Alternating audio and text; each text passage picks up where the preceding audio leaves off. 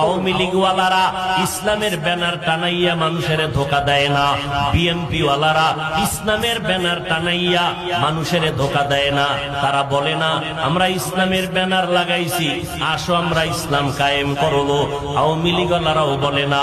অতএব তাদের নিয়ে টেনশন নাই, টেনশন আমাদের তাদেরকে নিয়া যারা ইসলামের ব্যানার টানাইয়া আবার বলে আমি মাওলানা, আমি বড় ডক্টর, আমি বড় একজন আলেম, আলেমের নাম নিয়া বক্তা হইয়া চেয়ারে বৈশা উম্মতের সামনে বয়ান করে কয় নবীরাও ভুল করেছেন, আল্লাহ নবীদের দিয়া ভুল করাইছেন।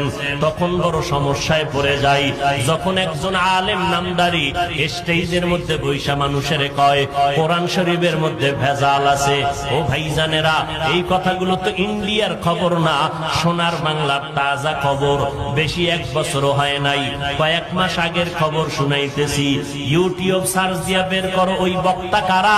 এই ময়দানে আইসা বলে কাজা নামাজ পড়া লাগবে না, বক্তা হইয়া বলে নফল ইবাদত লাগবে না, বক্তা হইয়া বলে জুমার আগে সুন্নাত লাগবে না, বক্তা হইয়া সাধারণ মানুষের বয়ান দিয়া বলে বেশি বেশি নফল ইবাদতের দরকার নাই।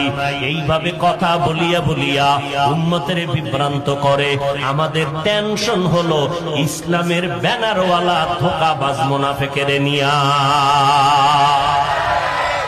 ১৫০০ বছর আগে মদিনাওয়ালা নবী বলছেন এই উম্মতেরা আলেম দেখলে যাইও না, সাবধান। এই জমিনের মধ্যে একদল উলামা থাকবে চূড়ান্ত খারাপ, আর একদল উলামা থাকবে চূড়ান্ত ভালো।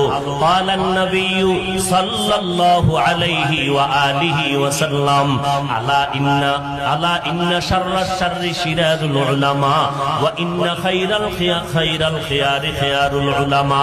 দুনিয়াতে খারাপের তুলনায় সবথেকে খারাপ হলো উলামা, আবার ভালোর তুলনায় সব থেকে ভালো হলো উলামা। যারা খারাপ তাদেরকে বলে বাতিল, আর যারা ভালো তাদেরকে বলে আহলে হক। অতএব উলামাদেরকে লাগবে। উলামা কেরাম ছাড়া আমল করা যাবে না, উলামায়ে কেরাম ছাড়া নিজের অন্তর ধোলাই করা যাবে না, নবীর আদর্শ খুঁজে পাওয়া যাবে না। তবে খবরদার উলামাদের কাছে যাইতে গিয়া বাতিলের কাছে যেন না যাই। সাবধান সাবধান, যারা কাজা নামাজ লাগবে না বলে তারা বাতিল, যারা বলে বেশি নফল ইবাদত লাগবে না তারা বাতিল, যারা বলে বিতরের নামাজ লাগবে না তারা বাতিল। যেই বক্তা আলেম বলে নবীরা ভুল করেছেন, আল্লাহ নবীদেরকে দিয়া ভুল করাইছেন, সন্দেহ নাই এই আলেম নামের রাসূলের হাদিস মতে আহলে বাতিল। গীবত করলাম না কেন? হিংসা অন্তরে না? ভণ্ডদের বিরুদ্ধে বাতিলের বিরুদ্ধে কথা বলা এটা ঈমানের দাবি, এটা কখনো হিংসা না। আমার নবী ভণ্ড বাতিলের বিরুদ্ধে বলেছেন কি বলেন নাই? অতএব বাতিলের বিরুদ্ধে। আরে কি কয়, কোরআন শরীফের মধ্যে অনেক ভেজাল। নাউজুবিল্লাহর আওয়াজে বোঝা গেল ওই পক্ষের কিছু বাতিল আছেন নাকি?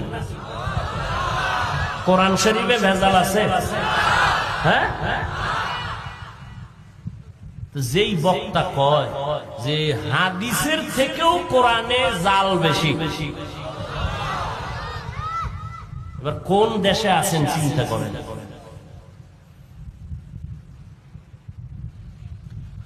হায় হায়, আল্লাহ হেদায়েত দান করুন।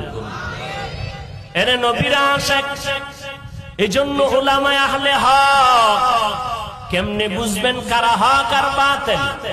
চিনা যায় না, কারণ চিঠিগুলার স্বর্ণের কালারের মতো সব এক, ডিজাইনও এক।